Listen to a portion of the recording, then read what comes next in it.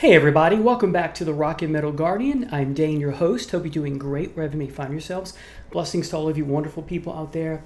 And welcome to a new video. Today I'm going to talk about my Pink Floyd The Wall playlist, an alternate playlist. It's much different from the Wall studio album.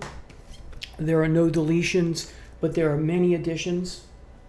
And the inspiration for doing this playlist comes from when this was released. It's hard to believe this is 10 years old. This came out in 2015 or close to being 10 years old. I don't remember what month this came out.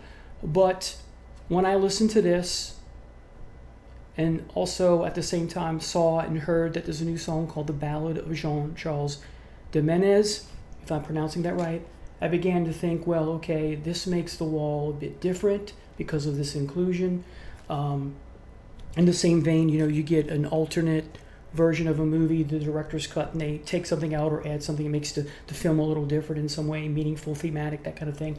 So it got me thinking, there are other songs in the Pink Floyd discography and in, to some small degree, Roger Waters' solo career that would fit nicely as part of the story of The Wall. They fit so well, and I'm going to explain that. So again, there's no deletions, only additions. And again, this is completely subjective. This is something I've been tweaking ever since I started working on it back when this came out 10 years ago, or approaching 10 years ago. And the last time I tweaked it was about a week ago. And that's when I realized, this might make a cool video. So kind of in the works for 10 years, not really, but sort of. So let's go ahead and get started. So my version of The Wall, if you will, starts with 3 songs that are not on The Wall, and they are from this, the final cut. You may know that this album was in part created because of what was going at the time in the world with the Falkland Islands crisis between, I think Argentina owned it at one point, and Britain, and the Thatcher issue that some people over in England had. And Waters was one of them. But in addition, before that occurred, Waters had in the back of his mind putting out a sequel to The Wall called, the working title is Spare Bricks, and that never saw the light of day. Instead, fighting tooth and nail with Gilmour over this album about what songs should and should not be included. And of course, we ended up with this. And 5 of the tracks on this were part of the Spare Bricks idea, if you will. And so they found its way on here, as I said. I'm including 4 of the 5 Spare Bricks, if you will. I'll talk about at the end which one I didn't include and why. So the ones I'm including right now at the beginning, sort of a prologue before we get into the wall proper, are One of the Few, which is one of the Spare Bricks, as I mentioned. The Heroes Returned, another Spare Brick, if you will. And then When the Tigers Broke Free, which was in the movie, split up. Originally in the movie, you saw it near the beginning, right before In the Flesh, with the question mark part 1, not the reprise. And then we saw the second half or thereabouts of When the Tigers Broke Free, when you get to Another Brick in the Wall, part 1, and it comes after that. And Pink is trying on his dad's war uniform. So that's part of the inspiration for this being in my playlist. So again, One of the Fews first, The Heroes Return, and then When the Tigers Broke Free. And so my explanation further is that One of the Few and The Heroes Return is about a war hero who does make it home. And that sets up a nice juxtaposition to When the Tigers Broke Free, which is about Operation Shingle, which is the launch into Anzio, where Waters' father died in Italy. And so it serves as a nice, When the Tigers Broke Free is a nice juxtaposition to the hero who does come home in those first 2 songs. So that juxtaposition works because it's a brick for Pink. Because so this guy comes home to his family after the war. Why didn't my dad? That kind of thing. And of course, Pink related. He is and isn't Roger Waters. This is very, as you know, very biographical. So that explains those 3 songs. And then you get In the Flesh, Okay, then you get the Thin Ice, of course. Then you get Another Brick in the Wall, Part 1. Okay, so we're here. Then you get after Another Brick in the Wall, Part 1, you get The Happiest Days of Our Lives, still here. Then Another Brick in the Wall, Part 2. And then in keeping with the spirit of this, you have, after Another Brick in the Wall, Part 2 on this, you get The Ballad of Jean-Charles de Menezes, which I've included here in my playlist. Here's why. This was a Brazilian man who was mistakenly/wrongfully killed by the Metro Police in London because they thought, mistakenly, in error, that he was part of the London bombing.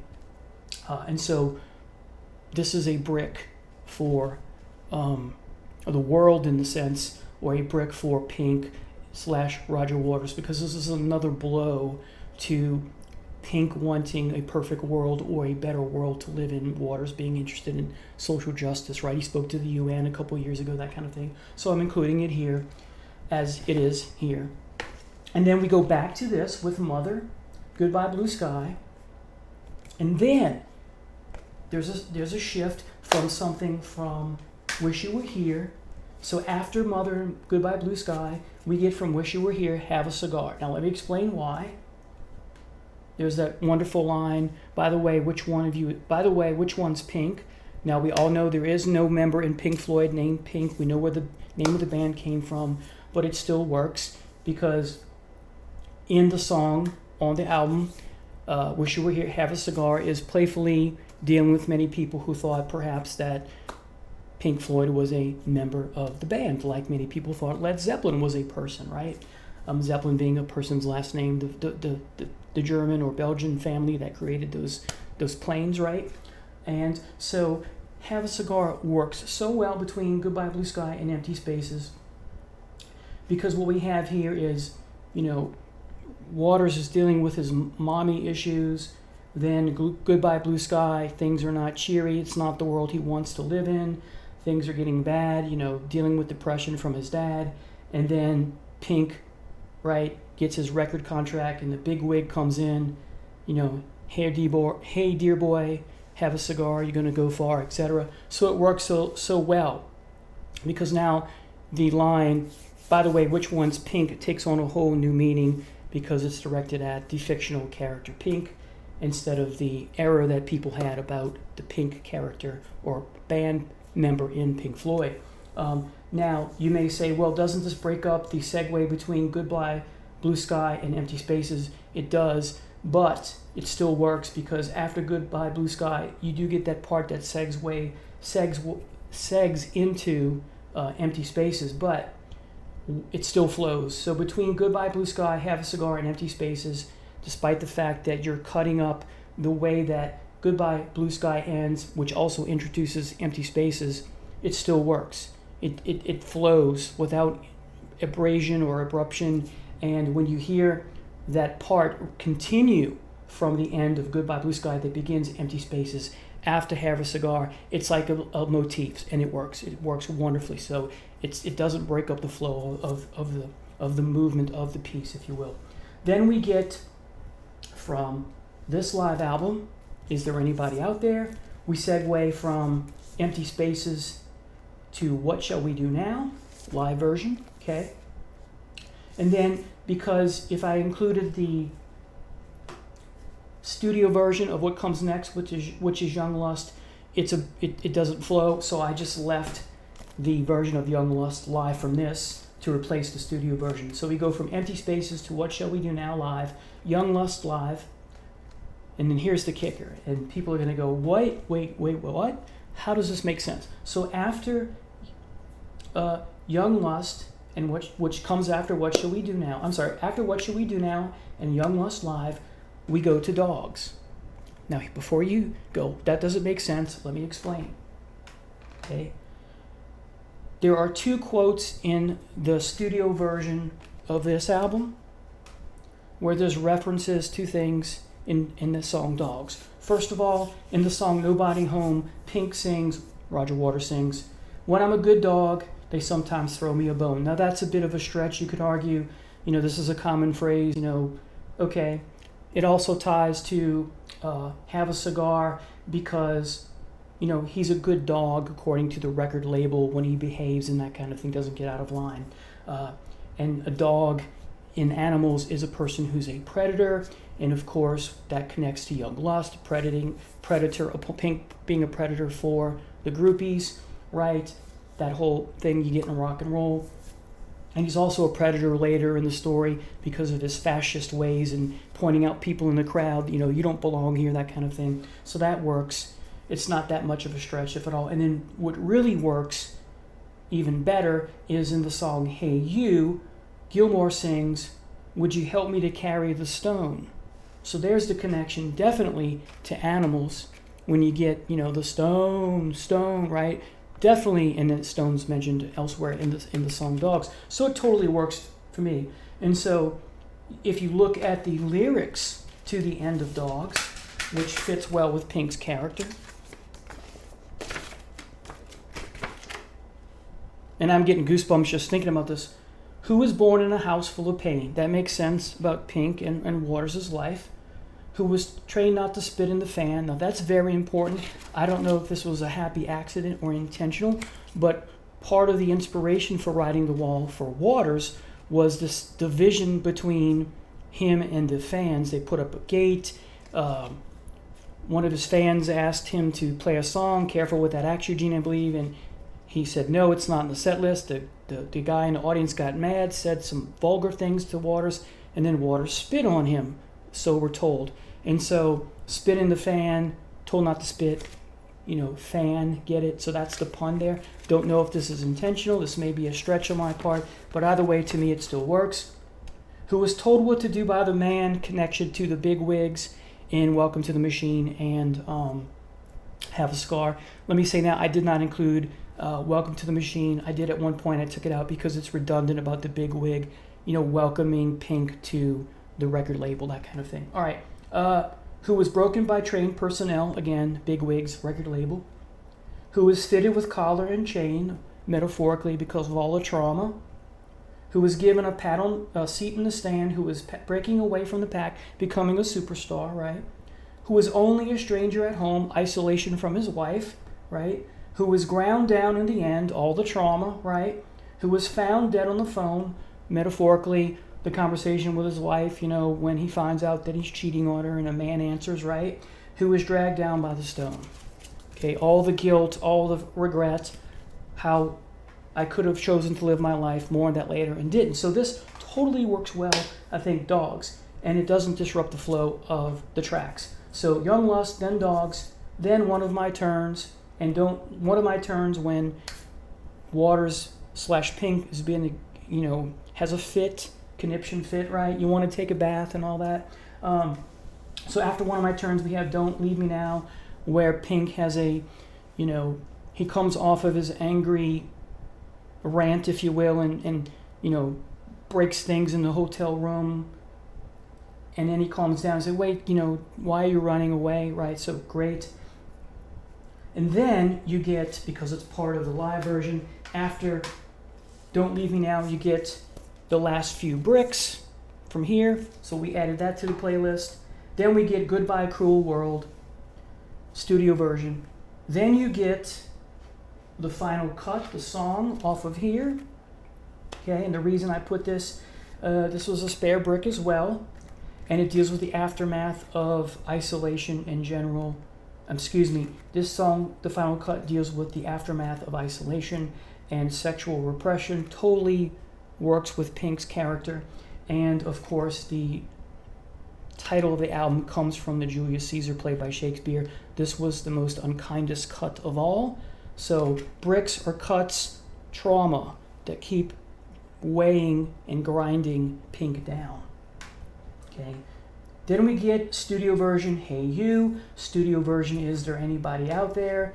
All here, sticking with this, Nobody Home, Vera, Bringing the Boys Back Home, Comfortably Numb, The Show Must Go On, Then In the Flesh, Reprise, still all here.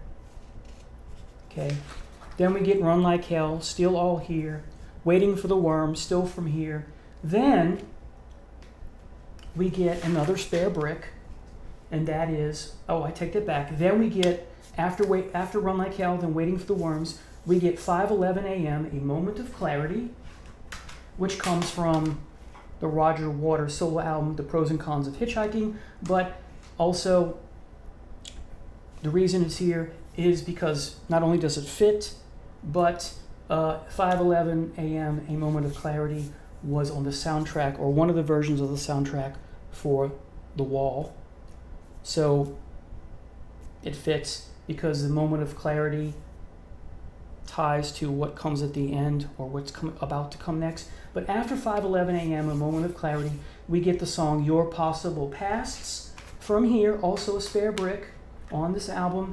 And of course, it's about Pink, at least it fits, or it could be about Pink thinking about how things could have been if only things were different, right? Again, traumatic things. It was a spare brick, so I'm using it. It makes sense. So 5:11 a.m., A Moment of Clarity, and then Your Possible Pasts.